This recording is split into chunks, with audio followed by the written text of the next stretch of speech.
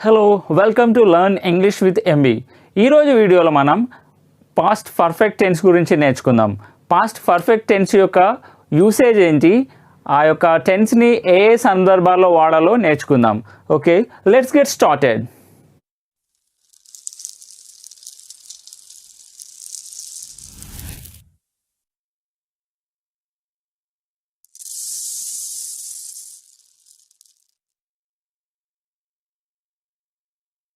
Usage చూద్దాం.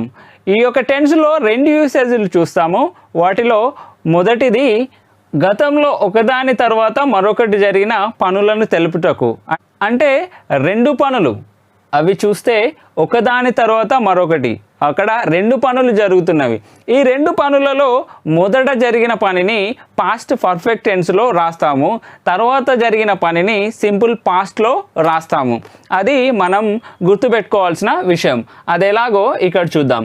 నేను కోడిగుడ్డు తిని జిమ్కి వెళ్ళాను.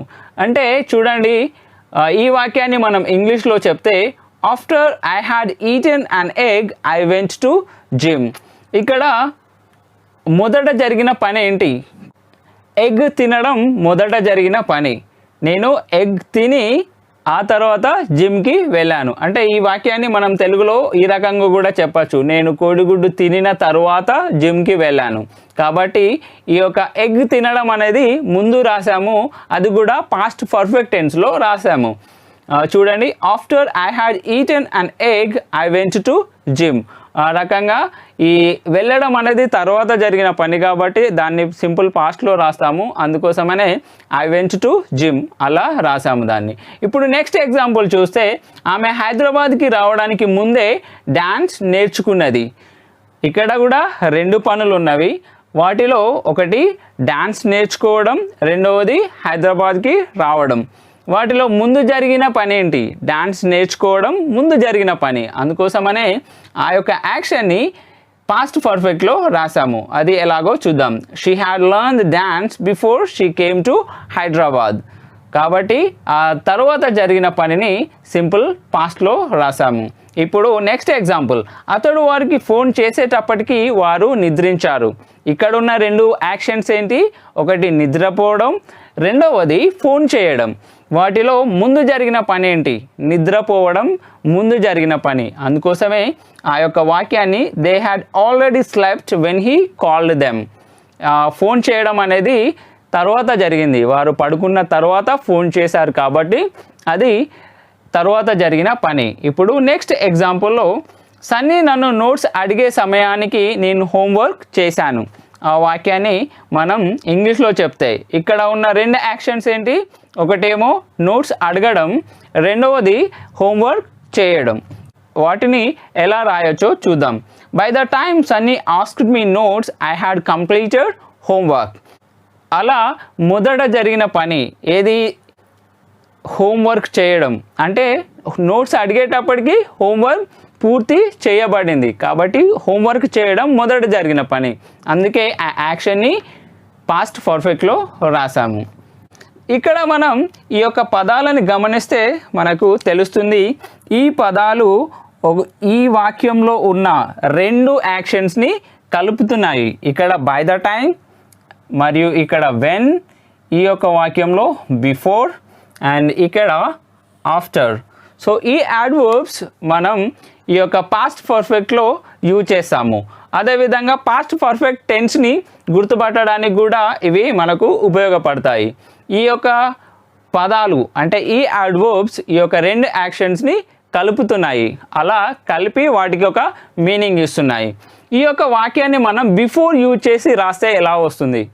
ఇక్కడ ఆఫ్టర్తో ఉంది కదా, ఆఫ్టర్తో కాకుండా బిఫోర్తో యూజ్ చేసి రాస్తే ఎలా వస్తుంది చూద్దాం. Before I went to gym I had eaten an egg. అయితే ఇక్కడ ఈటెన్కి బదులు మనం హ్యాడ్ కూడా తీసుకోవచ్చు. ఐ హ్యాడ్ ఈటెన్కి బదులు హ్యాడ్ కూడా తీసుకోవచ్చు మనం. సో ఇక్కడ ఇదే విధంగా ఒకసారి క్లాస్ రూమ్లో రాసినప్పుడు వాళ్ళ లర్నర్స్ ఏం అడిగారంటే హ్యాడ్ రెండు హ్యాడ్లు వచ్చినాయి కదా, అలా రెండు హ్యాడ్లు ఎలా వస్తాయి అను దానికి ఏంటో చూద్దాం మనం. ఈ హ్యాడ్ ఇక్కడ హెల్పింగ్ వర్బ్ అండ్ ఈ హ్యాడ్ ఏమో మామూలుగా మనం వాడతాం కదా, I have a cup of coffee. అట్లా ఇక్కడ ఇది వర్బ్. ఆ వర్బ్లో హ్యావ్ అనేది V1, హ్యాడ్ V2 V3. అలా past and past participle had. So have V1, had అనేది V2 అండ్ V3 కూడా హ్యాడే వస్తుంది. అందుకోసమే ఇది వర్బ్, ఇదేమో హెల్పింగ్ వర్బ్. సో అందుకే మనం I had an egg, I went to gym, లేదా I had an egg before I went to gym, లేదా ఆఫ్టర్తో అయితే ఇక్కడ ఉంది. బిఫోర్తో తీసుకుంటే I had an egg before I went to gym, అలా తీసుకోవచ్చు. అంటే బిఫోర్తో ట్రై చేద్దామన్నాం కదా, అందుకోసమే బిఫోర్తో అయితే అలా వాడతాం. సరే, మరి ఈ సెంటెన్స్ని ఆఫ్టర్తో రాద్దాము. బిఫోర్ ఇక్కడ ఉంది కానీ ఆఫ్టర్తో రాస్తే ఎలా ఉంటుంది? ముందు జరిగిన యాక్షన్ ఏంది, దాన్ని మనం ముందు తీసుకోవాలి. ముందు డ్యాన్స్ నేర్చుకోవడం ముందు జరిగింది కదా, అందుకే after she have learned dance she came to Hyderabad. ఇక్కడ చూస్తే after she have learned dance she came to Hyderabad. అప్పుడు ఇక్కడ బిఫోర్ ఉండదు. సో జస్ట్ కంటిన్యూషన్, ఇక్కడ ఆఫ్టర్ యాడ్ చేస్తాము. After she have learned dance she came to Hyderabad. ఈ యొక్క వాక్యాన్ని చూస్తే మనం బిఫోర్తో ఎలా చేద్దాం? They had already slept before he called them. అతడు కాల్ చేయడానికి ముందే వారు పడుకున్నారు. They had already slept before he called them. ఆఫ్టర్తో చూస్తే ఎలా వస్తుంది? After they had slept he called them. అప్పుడు ఆల్రెడీ వాడము అండ్ వెన్ కూడా ఉండదు. అప్పుడు ఎలా వాడతామంటే after they had slept he called them. ఆ రకంగా ఈ యొక్క సెంటెన్సెస్ని బిఫోర్ యూజ్ చేసి లేదా ఆఫ్టర్ యూజ్ చేసి మనం చూడవచ్చు. ఇక్కడ ఇంకోటి గమనించాల్సింది, ఇది past perfect and simple past రెండు టెన్సెస్ ఉన్నాయి, అది మనం గమనించాలి. ఇది ఈ యొక్క మొదటి యూసేజ్. ఇప్పుడు రెండవ యూసేజ్ చూద్దాం. పాస్ట్ పర్ఫెక్ట్ టెన్స్ యొక్క మరొక యూసేజ్ చూస్తే గతంలో ఒక నిర్ణీత సమయానికి పూర్తయిన పనులను తెలుపుటకు. గతంలో పూర్తయిన పనులకు మనం సింపుల్ పాస్ట్ టెన్స్ని యూజ్ చేస్తాము, కానీ ఇక్కడ గతంలో ఒక నిర్ణీత సమయానికి పూర్తయిన పనులను తెలపాలంటే లేదా వాటి గురించి చెప్పాలంటే మనం ఈ యొక్క పాస్ట్ పర్ఫెక్ట్ టెన్స్ని యూజ్ చేయాలి. ఎగ్జాంపుల్ చూస్తే, గత శుక్రవారం ఉదయం 10 గంటలకు ప్రశాంత్ తన క్లాస్ టీచర్ని కలిశాడు. ఈ వాక్యాన్ని ఇంగ్లీష్లో చెప్తే Prashant had met his class teacher by 10 AM last Friday అలా చెప్పొచ్చు. అంటే ఫ్రైడేలో మళ్ళీ పర్టికులర్గా ఆ టైం చెప్తున్నాం కదా, బై 10 AM. అది ఎస్, ఈ బైని బట్టి మనం గుర్తించవచ్చు అన్నమాట. ఇక్కడ పాస్ట్ పర్ఫెక్ట్ యొక్క హెల్పింగ్ వర్బ్, ఈ హెల్పింగ్ వర్బ్ తర్వాత V3 వస్తుంది మనకు తెలుసు. ఇది ఈ హ్యాడ్ ప్లస్ V3 మరియు బై, ఈ యొక్క వీటిని బట్టి మనం గుర్తించవచ్చు ఆ సెంటెన్స్ పాస్ట్ పర్ఫెక్ట్ టెన్స్లో ఉందని. లేదా మనం మాట్లాడేటప్పుడు కూడా వీటిని ఉపయోగించి మనం సెంటెన్స్ ఫ్రేమ్ చేసి మాట్లాడినట్లయితే అది సెంటెన్స్ పాస్ట్ పర్ఫెక్ట్ టెన్స్లో ఉంటుంది. మరొక ఎగ్జాంపుల్ చూద్దాము. వారు నిన్న ఈ సమయానికి మా ఇంటికి వచ్చారు. ఇలాంటి వాటిని ఎలా చెప్పాలి? They had come to our home by this time yesterday. ఇది చూడండి, మళ్ళీ ఇక్కడ బై దిస్ టైమ్ ప్లేస్లో ఇక్కడ 10 AM ఉంది కదా, ఆ ప్లేస్లో దిస్ టైమ్ ఉంది. And by same by and had plus V3 had come. వీటిని బట్టి మనం గుర్తుపట్టవచ్చు ఆ సెంటెన్స్ పాస్ట్ పర్ఫెక్ట్ టెన్స్ అని. లేదా మనం మరొక ఎగ్జాంపుల్ చూసామనుకోండి, they had gone out by this time day before yesterday. అంటే ఈ టైంకి వాళ్ళు డే బిఫోర్ ఎస్టర్డే వాళ్ళు బయటికి వెళ్ళారు. అలాంటి పనులను చెప్పడానికి అంటే బై అక్కడ చూస్తాం మనం, బై దిస్ టైం లేదా బై తర్వాత టైం, ఈ రకంగా ఇక్కడ మనం తీసుకున్నట్టుగా ఏదైనా పర్టికులర్ టైం. అలా ఈ యొక్క రెండవ యూసేజ్లో పాస్ట్ పర్ఫెక్ట్ టెన్స్ని మనం వాడతాము. మనం మొదటి యూసేజ్లో చూసినట్టుగా ఈ యొక్క యాడ్వర్బ్స్ ఇక్కడ చూడవచ్చు. మనం ఈ యొక్క యాడ్వర్బ్స్ని బట్టి కూడా మనం ఆ యొక్క సెంటెన్స్ పాస్ట్ పర్ఫెక్ట్ టెన్స్ అని మనం వాడచ్చు. ఈ యొక్క adverbs plus had plus V3 వాటిని బట్టి మనం ఆ యొక్క సెంటెన్స్ని లేదా పాస్ట్ పర్ఫెక్ట్ టెన్స్లో ఉందని గుర్తుపట్టవచ్చు. ఇప్పుడు పాస్ట్ పర్ఫెక్ట్ టెన్స్ యొక్క స్ట్రక్చర్ చూద్దాం. ఇప్పటివరకు మనం 2 యూసేజ్లు నేర్చుకున్నాం కదా, అది ఎలా వాడాలో. ఇప్పుడు ఆ స్ట్రక్చర్ ఎలా ఉంటుంది చూద్దాం. పాస్ట్ పర్ఫెక్ట్ టెన్స్ యొక్క స్ట్రక్చర్ చూద్దాం. పాజిటివ్ సెంటెన్స్ స్ట్రక్చర్తో మొదలెడదాం. పాజిటివ్ సెంటెన్స్ స్ట్రక్చర్ చూసినట్లయితే సబ్జెక్ట్, తర్వాత హ్యాడ్ తర్వాత V3 తర్వాత ఆబ్జెక్ట్.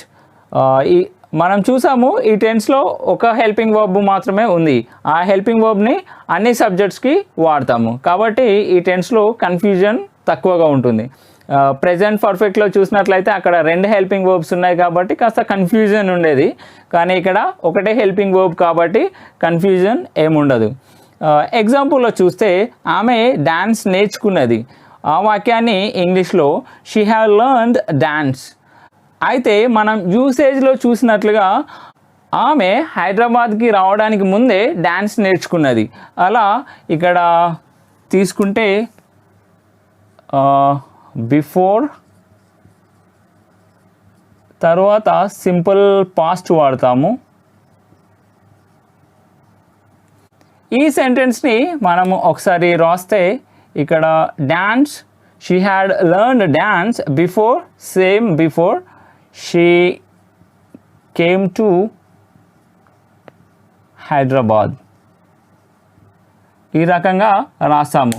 సరే, మరి బిఫోర్ కాకుండా ఆఫ్టర్తో రాస్తే ఎలా రాస్తాము? After she have learned dance she came to Hyderabad. అప్పుడు మళ్ళీ బిఫోర్ వాడము. ఒక సెంటెన్స్లో ఆఫ్టర్ కానీ లేదా బిఫోర్ కానీ వాడతాము. ముందే ఆఫ్టర్ వాడామంటే ఇక్కడ బిఫోర్ వాడము, అక్కడ ఆఫ్టర్ లేకుంటే ఇక్కడ బిఫోర్ వాడతాము. ఆఫ్టర్తో చూస్తే after she have learned dance she came to Hyderabad. అప్పుడు ఈ బిఫోర్ ఉండదు. అక్కడ ఆఫ్టర్ లేకుంటే ఇక్కడ బిఫోర్ ఉంటుంది. She have learned dance before she came to Hyderabad. రెండో ఎగ్జాంపుల్, అతడు మొక్కలకు నీరు పట్టాడు. ఈ హ్యాడ్ వాటర్డ్ ప్లాంట్స్ ఎప్పుడు? Before he went to office. అలాగా మొత్తం సెంటెన్స్ని చూస్తే he had watered plants before he went to office. తెలుగులో అతడు ఆఫీస్కి వెళ్ళడానికి ముందే మొక్కలకు నీరు పట్టాడు. ఇప్పుడు నెగటివ్ సెంటెన్స్ చూద్దాం. నెగటివ్ సెంటెన్స్ యొక్క structure subject, same helping verb, తర్వాత నాట్, ఎందుకంటే ఇది నెగటివ్ సెంటెన్స్ కాబట్టి, తర్వాత V3, ఆ తర్వాత ఆబ్జెక్ట్. ఎగ్జాంపుల్ చూస్తే ఆమె డాన్స్ నేర్చుకోలేదు అంటే ఆమె హైదరాబాద్కి రావడానికి ముందే డాన్స్ నేర్చుకోలేదు. ఆ వాక్యాన్ని she had not learned dance before she came to Hyderabad. Next example, అతడు మొక్కలకు నీరు పట్టలేదు అంటే ఆఫీస్కి వెళ్ళడానికి ముందే నీరు పట్టలేదు. ఆ వాక్యాన్ని ఇంగ్లీష్లో he had not watered plants before he went to office. ఈ విధంగా మనం పాజిటివ్ని, నెగిటివ్ సెంటెన్స్ని చూస్తాం. ఇక్కడ నెగిటివ్ సెంటెన్స్లో కంట్రాక్ట్ చేయొచ్చు, అది నాట్ అండ్ హ్యాడ్. ఇప్పుడు దీన్ని హ్యాడెంట్ అని చదువుతాము. అదేవిధంగా ఇక్కడ కూడా ఈ రెండింటిని కంట్రాక్ట్ చేస్తే హ్యాడెంట్ అని చదువుతాము. ఇప్పుడు ఈ కంట్రాక్షన్లో సెంటెన్స్ని చదివితే she hadn't learned dance before she came to Hyderabad. అదేవిధంగా ఈ సెంటెన్స్ని he hadn't watered plants before he went to office. ఈ యొక్క నెగటివ్ని లేదా కంట్రాక్షన్లో ఇలా చదువుతాము లేదా ఇలా రాయొచ్చు కూడా. ఇప్పుడు ఇంటరాగేటివ్ సెంటెన్స్ యొక్క స్ట్రక్చర్ చూద్దాం. మనకు తెలుసు ఇంటరాగేటివ్ అంటే హెల్పింగ్ వర్బ్తో స్టార్ట్ అవుతుంది. ఈ టెన్స్లో ఒకే హెల్పింగ్ వర్బ్ ఉంది, అది హ్యాడ్. అందుకే హ్యాడ్తో స్టార్ట్ అయింది. హ్యాడ్ తర్వాత సబ్జెక్ట్ తర్వాత V3, ఆ తర్వాత ఆబ్జెక్ట్. ఎగ్జాంపుల్ చూద్దాం. ఆమె డ్యాన్స్ నేర్చుకున్నదా అంటే ఆమె హైదరాబాద్కి రావడానికి ముందే డ్యాన్స్ నేర్చుకున్నదా, అది had she learned dance before she came to Hyderabad అలా చెప్తాము. నెక్స్ట్ ఎగ్జాంపుల్, అతడు మొక్కలకు నీరు పట్టాడా సెంటెన్స్ని had he watered plants before he went to office. అలా ఈ యొక్క క్వశ్చన్ని అడుగుతాము. ఇప్పుడు నెగటివ్ క్వశ్చన్ యొక్క స్ట్రక్చర్ చూద్దాం. సేమ్ హెల్పింగ్ వర్బ్ తర్వాత సబ్జెక్ట్ తర్వాత నాట్, ఎందుకంటే ఇది నెగటివ్ క్వశ్చన్ కాబట్టి నాట్, ఆ తర్వాత V3 తర్వాత ఆబ్జెక్ట్. ఎగ్జాంపుల్లో చూస్తే ఆమె డాన్స్ నేర్చుకోలేదా, అప్పుడు had she not learned dance before she came to Hyderabad. అలా ఈ యొక్క నెగిటివ్ క్వశ్చన్ని అడుగుతాము. నెక్స్ట్ ఎగ్జాంపుల్, అతడు మొక్కలకు నీరు పట్టలేదా? అప్పుడు ఈ సెంటెన్స్ని ఇంగ్లీష్లో చెప్తే had he not watered plants before he went to office? అలా అడగవచ్చు ఈ యొక్క నెగిటివ్ క్వశ్చన్ని. ఇక్కడ ఈ యొక్క నెగిటివ్ సెంటెన్స్లో ఎలా కంట్రాక్ట్ చేసామో అదేవిధంగా ఈ యొక్క నెగిటివ్ క్వశ్చన్లో కూడా కంట్రాక్ట్ చేయవచ్చు. అప్పుడు సేమ్ ఇక్కడ హ్యాడెంట్ అని చదువుతాము. ఈ యొక్క సెంటెన్స్ని పూర్తిగా చదివినట్లయితే, అంటే కంట్రాక్షన్లో చదివినట్లయితే hadn't she learned dance before she came to Hyderabad అలా చదువుతాము. అదేవిధంగా ఇక్కడ కూడా కంట్రాక్ట్ చేస్తే హ్యాడెంట్ తర్వాత ఈ యొక్క కంట్రాక్షన్లో చదివితే hadn't he watered plants before he went to office అలా అడుగుతాము. అంటే ఈ యొక్క క్వశ్చన్లో నెగిటివ్ క్వశ్చన్లో అలా అడుగుతాము. ఇదండి ఈ యొక్క పాస్ట్ పర్ఫెక్ట్ యొక్క సెంటెన్సెస్, అంటే 4 సెంటెన్సెస్ వాటి యొక్క స్ట్రక్చర్, ఎలా మనం ఈ యొక్క సెంటెన్సెస్ని అంటే పాస్ట్ పర్ఫెక్ట్ సెంటెన్సెస్ని రాస్తాము అనేది నేర్చుకున్నాము. ఈ యొక్క పాస్ట్ పర్ఫెక్ట్ టెన్స్ మీకు క్లియర్గా అర్థమైందని ఆశిస్తున్నాము. ఈ వీడియో కనుక మీకు నచ్చితే లైక్ చేయండి, షేర్ చేయండి. ఇప్పటి వరకు మీరు మన ఛానల్ని సబ్స్క్రైబ్ చేయనట్లయితే సబ్స్క్రైబ్ చేయండి. Thank you so much for watching this video.